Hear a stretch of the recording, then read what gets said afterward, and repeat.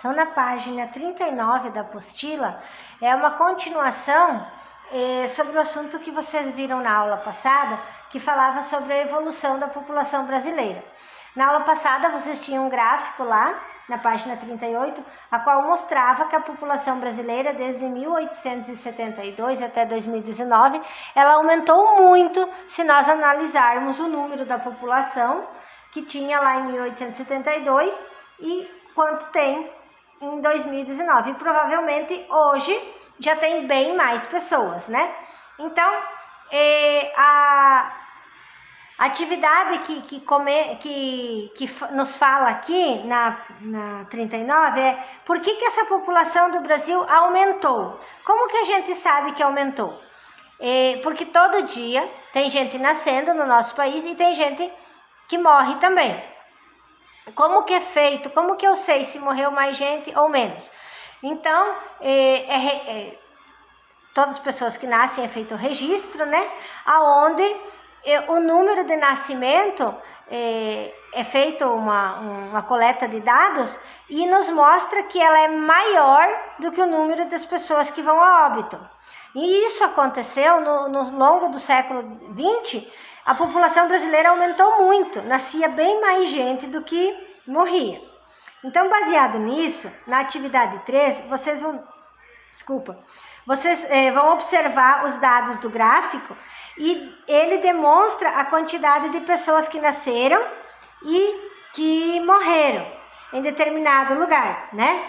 Então, vocês vão ligar os pontos para saber se a população desse lugar aumentou ou diminuiu, tá? Então, vocês vão ter que seguir aonde tem os pontinhos vermelhos são as que nasceram e as verdes são as pessoas que morreram. Então, vocês vão ligar para saber, mostrar no gráfico para saber se morreu mais gente ou nasceu mais gente, né? Na atividade número 4, diz assim: com um colega, analise o gráfico e avalie. Nesse lugar, houve aumento ou diminuição da população. Como vocês estão fazendo as atividades sem os colegas, então cada um vai analisar em casa, pode pedir ajuda para sua família para fazer essa análise. Se nesse determinado lugar do gráfico ela aumentou ou diminuiu, tá? Na página 40, fala um pouco sobre imigrantes e emigrantes. Esse conteúdo lá no início do ano, quando nós estávamos ainda em aula presencial, nós tínhamos visto bem sobre esse assunto, algumas aulas e até os lugares onde os imigrantes se localizavam, um grupo maior, né, aqui no Brasil. Mas vamos relembrar esse conteúdo que nós precisamos trabalhar para entender um pouco sobre essa evolução populacional, sobre o tipo de população que nós temos no Brasil, tá? Primeiro, nós temos que entender que imigrantes e migrantes tem uma diferença de emigrantes. A palavra é bem parecida, é só uma letra que diferencia, porém nós temos que entender que a palavra é parecida, mas as pessoas são bem diferentes, tá? Então vamos lá. Imigrantes, começando com I, são aquelas pessoas que entram em um lugar para viver, vindas do seu lugar de origem. Aí, por exemplo, uma pessoa mora lá na Itália, pode ser um outro país, tá? Mas eu vou pegar na Itália. Uma pessoa mora lá na Itália e ela resolve vir morar no Brasil. Morar, ela não veio passear. Pessoa que vem e fica uma temporada, ela é um turista. Quando ela vem, tira férias, fica 1, 2 meses e volta para o seu país de origem, é um turista. Mas aquela pessoa que vem lá de um país, por exemplo, da Itália, ela morou lá, mas ela resolveu que ela vai vir morar no Brasil, tá? Então, momento que ela registrar a permanência dela aqui, né?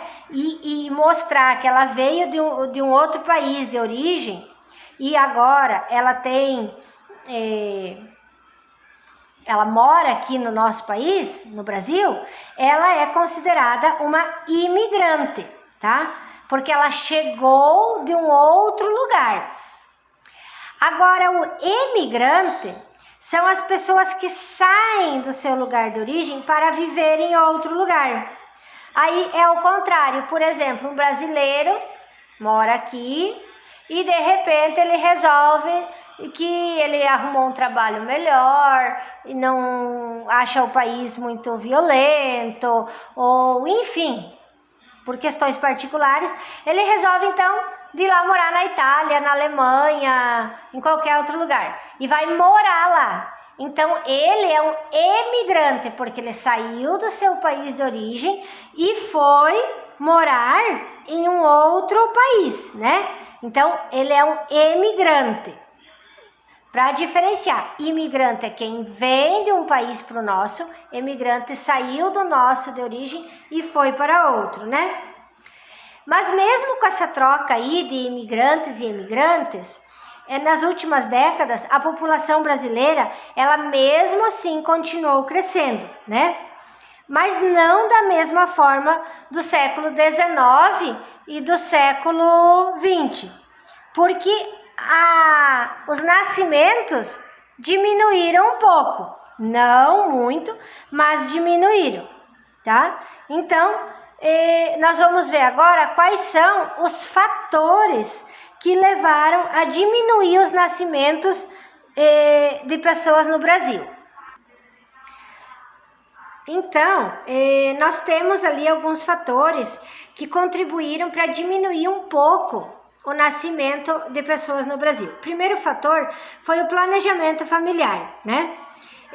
Que foi feito um trabalho de controle de natalidade por parte dos casais, onde tempo atrás, por exemplo, uma família, ainda tem famílias mais numerosas, mas antes era a grande maioria, eram famílias numerosas. Hoje já não, já são mais controlados.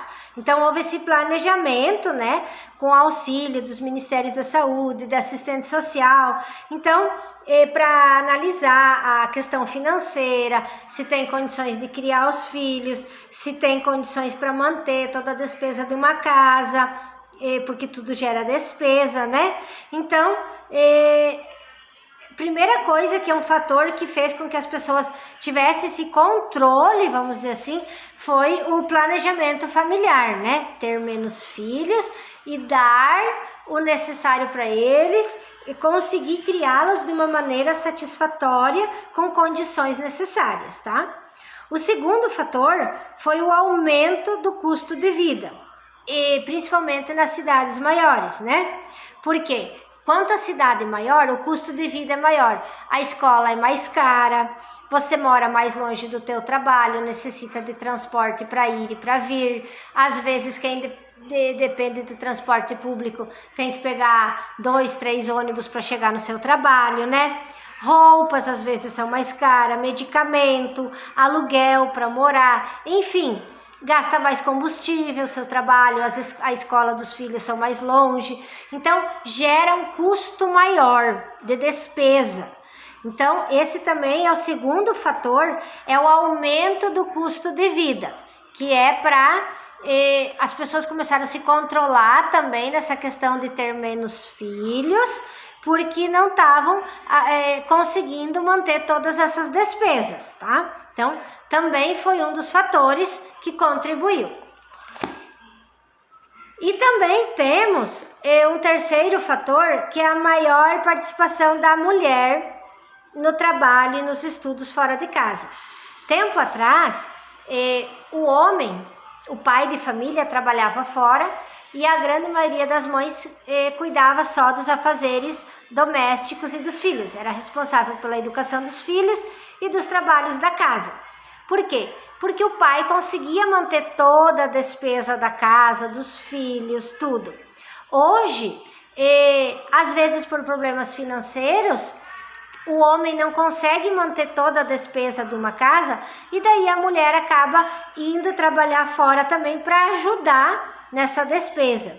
E além disso, a mulher também quer ter uma profissão, quer ter o trabalho, então ela está estudando mais para poder ter o seu campo de trabalho, certo? E em muitos lares a mulher também assumiu o papel de chefe de família, né? Então, houve uma mudança aí.